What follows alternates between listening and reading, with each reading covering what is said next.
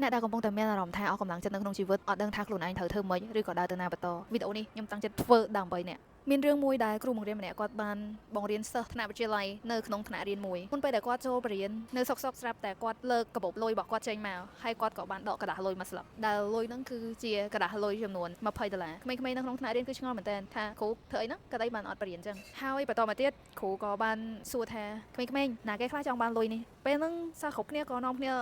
លើកដៃឡើងណាតែមិនចង់បាននៅសុកមានគេឲ្យលុយដល់$20ត្រូវទេប៉ុន្តែមុននឹងពេលដែលលោកគ្រូគាត់បានឲ្យលុយហ្នឹងគឺនៅសុកស្រាប់តែគាត់ក៏យកกระดาษលុយហ្នឹងមកខ្ចប់ក្តាប់វាឡើងវល់តែម្ដងធ្វើឲ្យក្មេងៗនាំគ្នាឆ្ងល់មែនទែនថាតើគ្រូកំពុងតែធ្វើអីទៀតហ្នឹងប៉ុន្តែគាត់ក៏នៅតែបន្តសួរសំណួរដដែលថានឹងមានណាគេចង់បានលុយហ្នឹងទៀតអត់ក្មេងគ្រប់គ្នាក៏នៅតែនាំគ្នាលើកដៃឡើងថាចង់បានក្រោយមកគ្រូក៏យកលុយដែលគាត់ក្តាប់ឡើងវល់មិនហ្នឹងទម្លាក់ទៅលើក្រោហើយគាត់ក៏ជន់វាមួយទំហឹងធ្វើឲ្យកូនសិស្សក៏នៅតែនាំគ្នាឆ្ងល់ខ្លាំងទៀតថាមិនបានលោកគ្រូធ្វើអញ្ចឹងបន្តមកទៀតលោកគ្រូក៏គាត់លើកលុយនឹងឡើងមកវិញហើយគាត់ក៏នៅតែសួរសំណួរដដែលទៅកាន់កូនសិស្សនៅក្នុងថ្នាក់រៀនថាតើនៅមានអ្នកណាគេទៀតទេដែលចង់បានលុយនេះក្មេងៗ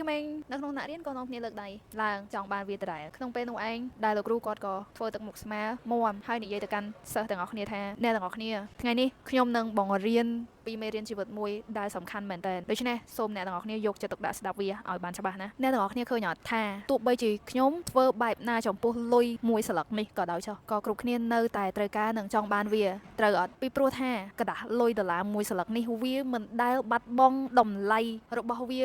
សោះឡើយដើមឡើយវាគឺជាกระดาษលុយ$20ទោះបីជាជន់វាឲ្យខ្ទេចខ្ទីខ្ញប់បែបណាលើកវាឡើងមកវិញវាក៏នៅតែជាกระดาษលុយ$ដែលមានតម្លៃស្មើនឹង$20នៅពេលដែលយើងប្រៀបធៀបกระดาษ$មួយស្លឹកហ្នឹងទៅនឹងជីវិតរបស់យើងពេលណាមួយដែលយើងធ្វើអីមួយខុសនៅក្នុងជីវិតឬក៏ធ្វើរឿងអីមួយដែលបរាជ័យមិនទទួលបានជោគជ័យនៅក្នុងជីវិតប្រៀបដូចជាត្រូវបានគេមកជន់ឈ្លីត្រូវបានគេមកមូលបង្កាច់ឬត្រូវបានគេមកមើងងាយធ្វើឲ្យយើងមានអារម្មណ៍ថាខ្លួនឯងហាក់បីដូចជាបាត់បង់តម្លៃនៅក្នុងពិភពលោកហ្នឹងយើងដូចជាអត់មានតម្លៃសម្រាប់មនុស្សនៅជុំវិញខ្លួនយើងដូចជាមនុស្សដែលគ្មានប្រយោជន៍អ្វីដែលចង់ប្រាប់នោះគឺថាខ្លួនយើងក៏ប្រៀបដូចជាกระดาษលុយមួយស្លឹកហ្នឹងចឹងអាស្រ័យលើថាតើយើងនឹងផ្ដល់តម្លៃឲ្យខ្លួនឯង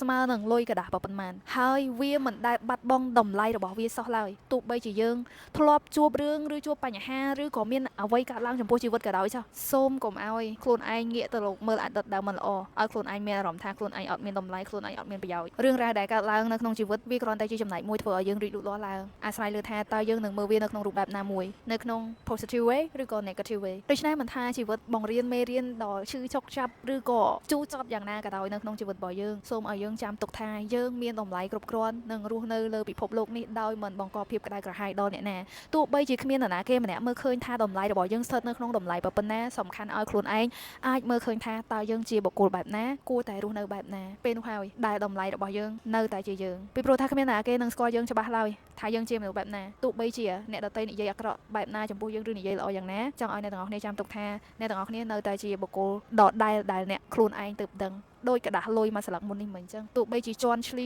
វាឲ្យណែនឬក៏បោកវាទៅកន្លែងណាក៏ដោយវានៅតែជាกระดาษ$មួយស្លឹកដែលមានលុយ$20នឹងដដែលមិនថាអ្នកជួបរឿងអ្វីក៏ដោយបើសិនជាអ្នកទាំងអស់គ្នាអាចគិតដល់កន្លែងនេះបាននោះមានន័យថាជីវិតនឹងកាន់តែប្រសើរឡើងវិញសង្ឃឹមថាវីដេអូនេះនឹងជាចំណែកមួយធ្វើឲ្យអ្នកអាចរួចផុតពីទុក្ខទោសទាំងឡាយហើយងាកមកផ្ដល់កម្លាំងចិត្តដល់ខ្លួនឯងម្ដងទៀតស៊ូៗណា